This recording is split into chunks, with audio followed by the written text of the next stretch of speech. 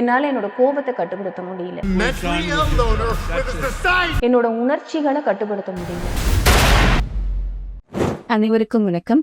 நான் மனநல மருத்துவர் ஸ்ரீவித்யா, குளோபல் கிரிட்டிக்கல் ஹாஸ்பிட்டலில் இருந்து. இன்னைக்கு நம்ம பார்க்க போற டாபிக் மைண்ட்ஃபுல்னஸ், அதாவது அகவிழிப்பு நிலை. இது என்ன டாக்டர் புதுசா இருக்கு அப்படிங்கிற மாதிரி உங்க எல்லாம் நிறைய பேர் நினைக்கலாம். அதாவது நம்மள நிறைய பேர்த்துக்கு எப்பவுமே ஒரு கவலையோட இருப்பாங்க. பழைய பாஸ்ட் ஈவென்ட்ஸ் அவங்களோட லைஃப்ல இருந்து எடுத்துக்கிட்டு அதை பத்தியே திரும்ப திரும்ப ரூமினேட் பண்ணிட்டு அதையே யோசிச்சுக்கிட்டு கொஞ்சம் மனசுல அந்த வருத்தங்களை சேமிச்சு வச்சுக்கிட்டு கவலையோட இருப்பாங்க. இன்னும் சில பேர் அடுத்து என்ன பண்றது, இது சரியா வருமா, தப்பா வருமா, தப்பாயிடுச்சுன்னா என்ன பண்றது அப்படிங்கிற ஒரு விதமான பதட்டத்தோடயே இருப்பாங்க. தட் மீன்ஸ் ஆன்சைட்டி அப்படின்னு சொல்லி சொல்றது. இன்னும் சிலருக்கு என்னால இந்த விஷயத்துல கவனம் செலுத்த முடியல, எனக்கு இதுல ஒரு கவன குறைபாடு இருந்துகிட்டே இருக்கு அப்படின்ற மாதிரி அட்டென்ஷன் டெபிசிட்ல இருப்பாங்க. நிறைய பேரு வர பேஷண்ட் சொல்றது, என்னால என்னோட கோபத்தை கட்டுப்படுத்த முடியல, என்னோட உணர்ச்சிகளை கட்டுப்படுத்த முடியல, ரொம்ப இம்பல்சிவா ஆக்ட் பண்ணிடுறேன், எமோஷனல் டிஸ்ரெகுலேஷனால எனக்கு ஆப்போசிட்ல இருக்கவங்களை ரொம்ப சீக்கிரமா ஹர்ட் பண்ணிடுறேன். சோ இந்த மாதிரியான கம்ப்ளைண்ட்ஸ் எல்லாம் ரொம்ப காமனா இருக்கு. இது எல்லாத்துக்கும் கலெக்டிவா ஒரு சொல்யூஷன் மாதிரியான ஒரு விஷயம் தான் மைண்ட்ஃபுல்னஸ். இது அடிப்படையில பாத்தீங்கன்னா புத்திசத்துனுடைய ஒரு அடிப்படையான கோட்பாடு. அவங்களோட தியான முறையே இந்த மைண்ட்ஃபுல்னஸ் அப்படிங்கறத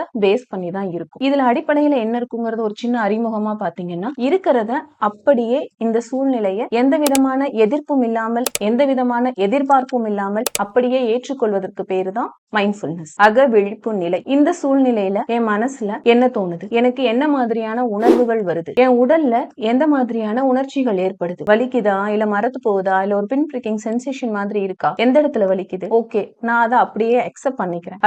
அடுத்த பாகத்தை கவனிக்கிறது, மூச்சை கண்ட்ரோல் பண்றது. இதன் மூலமா அவங்களோட எமோஷன்ஸோட டிஸ்ரெகுலேஷன் கொஞ்சம் கொஞ்சமா கட்டுக்குள்ள கொண்டு வருது. இது கேட்கும் போது உங்களுக்கு ஒரு மாதிரி காம்ப்ளிகேட்டடா தெரியலாம், பட் இதை பயிற்சி பண்றது ரொம்பவே சுலபமான விஷயம். ஆனா அதுக்கு முன்னாடி இதுக்கு தெளிவா பயிற்சி எடுத்துக்கிட்ட ஒரு நல்ல ஒரு குரு கிட்ட நீங்க இதை கத்துக்கிட்டீங்க அப்படிங்கும் போது, நான் முதல்ல சொன்ன ஆன்சைட்டியோ இல்ல கவன குறைபாடோ இல்ல முக்கியமா எமோஷனல் டிஸ்ரெகுலேஷனோ என்னால கண்ட்ரோல் பண்ண முடியல அப்படிங்கிறதுக்கு அப்படின்னு சொல்ற பேஷண்ட்ஸ்க்கு இது ஒரு நல்ல சொல்யூஷனா இருக்கு. சோ மைண்ட்ஃபுல்னஸ் ஃபாலோ பண்ணும்போது உங்களுக்கு கண்டிப்பா ஒரு பெட்டர் ரிசல்ட் கிடைக்கும்.